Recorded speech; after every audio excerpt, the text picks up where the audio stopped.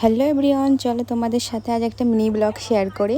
আজ আমরা কয়েকজন বন্ধু মিলে চলে গেলাম আমাদের সেই বিখ্যাত অশোকনগরে আমেরিকান দাদার বিরিয়ানি খেতে। চলো যাওয়া যাক। এসেই দেখো দোকানের সামনে দেখি এত ভিড়, এত লোকজন, মানে কি বলবো, আমাদের এত প্রচণ্ড খিদে পেয়ে গেছিলো। সেই খিদের মধ্যে আমরা সে লাইনে দাঁড়িয়ে আছি। সবাই দেখো দোকানের দিকে তাকিয়ে দাঁড়িয়ে আছে কখন বিরিয়ানির হাঁড়িটা আবার আসবে।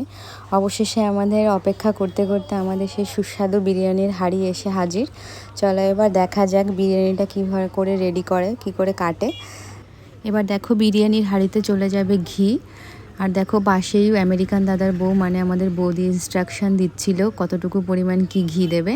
দেখো তোমরাই দেখে নাও কত পরিমাণ ঘি দেওয়া হচ্ছে। আর ঘিটা দেওয়া মাত্রই এত সুন্দর একটা ফ্লেভার আসছিল না, তখনই মনে হচ্ছিল পুরো খেয়ে নিই, এমনি খিদে ছিল খুবই। দেখো এবার ঘিটা দিয়ে এবার বিরিয়ানিটা ভালো করে একসাথে মিক্সিং করা হবে। এখানে চিকেন বিরিয়ানি 80 টাকা, মটন হচ্ছে 150 টাকা, আর চিকেন চাপ নিলে 50 টাকা পিস। এখানে তুমি বসে খেলে আনলিমিটেড খেতে পারো যত ইচ্ছে। তুমি যদি চাও আমি পুরো হাঁড়িটা খেয়ে নেবো তাও পারো, কোনো প্রবলেম নেই। কিন্তু চিকেন পিস মটন পিস একবারই দেওয়া হবে। আর তুমি যদি এক্সট্রা নিতে চাও তাহলে চিকেন চাপ নিতে পারো। পিছনে সবাই হাঁ করে তাকিয়ে আছে কখন বিরিয়ানি প্লেটটা আসবে সামনে, এত অপেক্ষার পরে সেই বিরিয়ানি।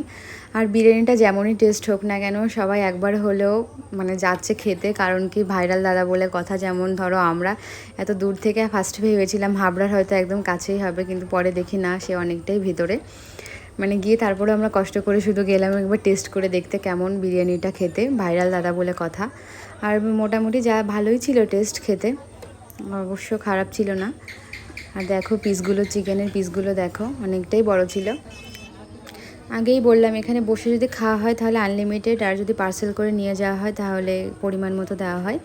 এই লাইন দেওয়ার পরে অবশেষে আমরা গেলাম কুপন কাটতে। মানে আমরা নিয়েছিলাম 4টে চিকেন বিরিয়ানি আর কোল্ড ড্রিঙ্কস, আর সাথে ছিল চিকেন চাপ। এখানে নিয়মটা হচ্ছে আগে টাকাটা পেমেন্ট করে কুপনটা কাটতে হবে, তারপর সেই বিরিয়ানিটা তোমাকে সার্ভ করা হবে। আর দেখো এত অপেক্ষার পরে চলে এলো আমাদের সামনে আমাদের সেই বিখ্যাত আমেরিকান দাদার বিরিয়ানি।